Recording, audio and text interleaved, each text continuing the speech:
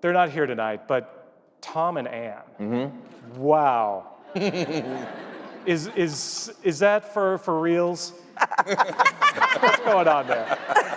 Depends on what you mean by that. It was cute tonight. I mean, up until now. Well, honestly, this is where it came from. Where it came from was we had the thought of we thought about this as early as season 2, that they would make a terrible mistake and like sleep together or something. And it was always sort of in the back of our heads. And then we were looking in the middle of the year, we were looking at our landscape, and we have a lot of soulmate-y relationships. There's Leslie and Ben, there's Andy and April, and there's a lot of like true love. There's a lot of like Prince. What did you just do? The camera just cut away to a close-up of. Oh. By the way, if you this walk is across... exactly what it's like to talk to Aubrey Plaza in real life. This is exactly. This is as much attention as this cardboard cutout is giving me right now. Mike, it's a little creepy, but if you walk across the room, her eyes follow you. It's just disdain, just pouring in every direction. But so anyway, the point is that we were kind of like, we should just do a comedy relationship. We should do, like, this episode tonight is a good example of the kind of relationship they have. It was like, it's very light and comedic, and the idea, we didn't do it, and Gore, you might remember this, but I feel like we didn't do it until we made sure that there was a reason. It's very clear why Tom would be interested in Anne. right. Yeah. It's, I would say, somewhat less clear why Anne would be interested. So we had many discussions about this. Well, Tom's been interested in her since the pilot. Right, yeah. And then she had her slut phase. Right. And after she'd exhausted a tremendous... We like to call it a rumspringa.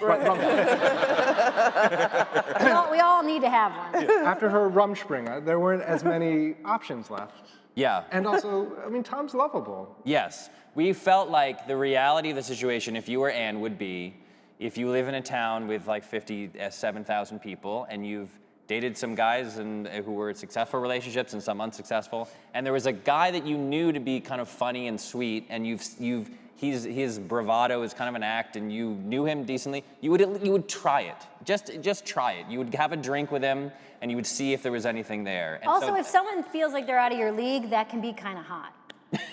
Right. Yeah. Am I right, ladies? Doing them a favor. It works. So wrong, it's right. Get some ass from that garbage man. So let's talk about the other big storyline this season, and it's kind of a weird coincidence that it's Super Tuesday right now, is the whole campaign. Yes. And so talk about that and sort of the decision this season to go full on with the campaign and Nope 2012.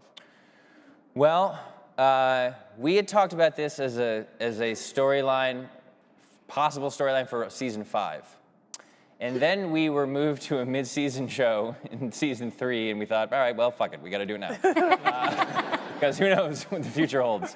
So, and then once we thought about that, we realized like it would line up better with the national events, and that the kind of election fever would be in the air, and that our storyline would run for the first part of the year before everyone is completely exhausted and miserable and hates elections, which is about to, you can feel it, it's about to start happening. So we just decided to do it. It made sense, and then the Harvest Festival, an episode Dan wrote and Dean directed, happened. Yes. Yeah. And it just made sense, because the idea was like Leslie went out on a huge limb and she had a huge success, and it just sort of stood to reason that would catch the eye of local power brokers, and that everything kind of unfolded naturally. So we decided just why delay? We hate stasis. That's a big thing on our show, is we don't like people to be in the same place in their lives for too long. I find that boring. So it was kind of a risky move, but we kind of felt like she's an ambitious person. Leslie's a very ambitious person. She's got dreams. She said in the pilot, I think, that she wants to be the president of the United States. So that meant, city council in Pawnee would be a good first step. So we just decided to accelerate it, and it's been really fun. It made breaking stories very easy, because there's certain natural things that happen when you run for office. So. And you guys opened it up by a couple weeks ago saying, well, it's a part-time job, so she could very well still work in the Parks and Rec department and be on city council. So. Yes.